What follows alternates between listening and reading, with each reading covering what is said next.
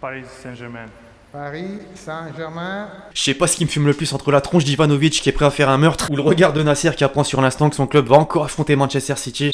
L'équipe, j'espère que vous allez bien, mes Parisiens. Ah, le président doit plus trop dormir en ce moment. Déjà avec ce qui attend le PSG en Ligue des Champions, mais aussi avec le mercato, ces dernières semaines complètement folles concernant le recrutement qu'on connaît. Et maintenant, malheureusement, l'une des têtes, Mbappé, qui ne veut plus porter les couleurs parisiennes, offensive finale de Madrid. Tic-tac. Et en parallèle, pour en rajouter une couche, Ronaldo qui va bien quitter la Juventus, comme l'a confirmé Allegri en conf aujourd'hui. Cristiano m'a dit hier qu'il voulait quitter la Juventus immédiatement, c'est pourquoi il s'est pas entraîné aujourd'hui et il est pas disponible pour le match de demain. Alors direction Manchester City, Nope. Ou pas, visiblement c'est ce qui se profile. Nope. Et on pense tous à la même chose. Messi vs Ronaldo, Nope. on n'en est pas encore là, certes, mais c'est dingue, d'autant qu'en plus de ce groupe, d'autres sont tout aussi monstrueux. Le B, par exemple, pour les retrouvailles entre l'AC Milan et Liverpool. Le E, pour la revanche du Barça contre le Bayern. Pour citer que ça, il y a un sacré storytelling. Enfin bref, on va directement entrer dans le vif du sujet l'équipe et essayer, pour le kiff, de prédire le classement de ces différentes poules. Je compte sur vous, au passage, pour faire de même en commentaire, justement. Et bien sûr, à lâcher votre meilleur pouce bleu pour le soutien, le référencement. Comme d'habitude, on est ensemble, merci vraiment à tous ceux qui le feront.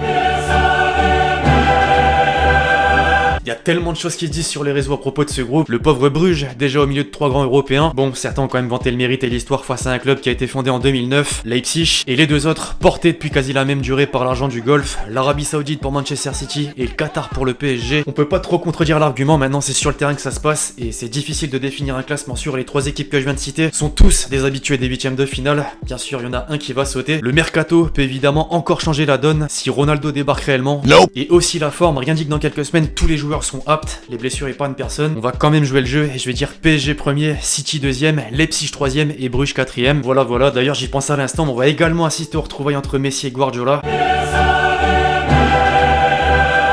Les amis, est-ce que vous la sentez cette petite odeur de remake? Les finales 2005-2007, une victoire pour chaque équipe, Liverpool AC Milan, les souvenirs reviennent certainement. Quelle époque? Concrètement, on est sur le groupe de la mort cette année, pour moi en tout cas. Une pensée à Diego Simeone qui a fini champion pour en arriver là. La faute a pas de chance. Bon, une fois de plus, faut sortir un gros et même deux gros de la sélection. Porto, c'est pas n'importe qui, on l'a vu la saison dernière. Je vais donc dire Atlético premier, Milan deuxième, oui, Liverpool troisième et donc Porto quatrième. Il y a moyen que le cyborg Haaland pète les compteurs d'entrée. Dortmund est évidemment favori, mais attention, dans ce genre de groupe, il y a souvent des surprises. L'Ajax l'a montré par le passé. Le Sporting, rien que pour ce nouveau classement par pays de l'indice UEFA où la France est passée derrière le Portugal après la défaite de Monaco en barrage. La Ligue 1, 5 grands championnats européens. Non. Enfin, le Beşiktaş, là, c'est vrai que les équipes turques ont beaucoup de mal ces dernières années dans la compétition. Faut faire un choix. Dortmund premier, Ajax deuxième, Beşiktaş troisième et Sporting quatrième. Qui se disait juste avant pour Bruges, on peut le ressortir là, maintenant pour le Sheriff Tiraspol. En vrai, ne jamais négliger ce genre d'équipe qui est capable de contredire tout le monde, d'autant que c'est la première fois qu'un club moldave se qualifie jusque là. Les joueurs seront à bloc pour redorer le blason. Pas le choix de toute façon avec les adversaires de taille que sont le Real avec ou sans Mbappé, l'Inter et le Shakhtar qui posent énormément de problèmes à domicile, notamment les Monégasques en attestent. Je veux dire le Real premier, l'Inter deuxième, le Shakhtar troisième et le Sheriff Tiraspol quatrième.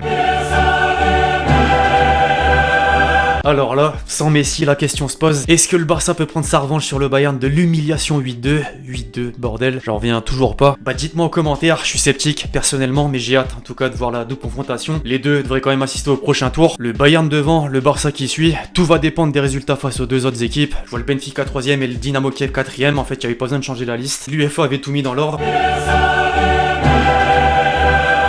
Alors ce groupe-là m'intéresse énormément. Les deux finalistes de la dernière Ligue Europa qui se sont bien renforcés cet été. Villarreal d'abord avec Danjuma, Juan Foyth et Boulaïdia. United ensuite avec Sancho, Varane et peut-être Ronaldo. Cette journée est décisive pour lui. L'Atalanta qu'on présente plus, l'outsider par excellence si ce n'est plus désormais. Enfin Berne qui va devoir faire l'exploit pour espérer passer concrètement. Pour moi, logiquement ça va jouer entre les 3 premiers cités. Atalanta premier, Manchester United deuxième, Villarreal troisième et les Young Boys quatrième. Notre deuxième club français, le champion de France, Lille, se doit tout simplement de passer le premier tour cette année avec ce tirage. Séville est sans aucun doute favori. Wolfsburg fait certes un début de saison efficace en Bundesliga, mais pas impressionnant. Même chose pour Salzbourg, la deuxième place est clairement abordable. Et justement, j'y crois. Séville en tête, Lille deuxième, Salzbourg troisième et Wolfsburg quatrième.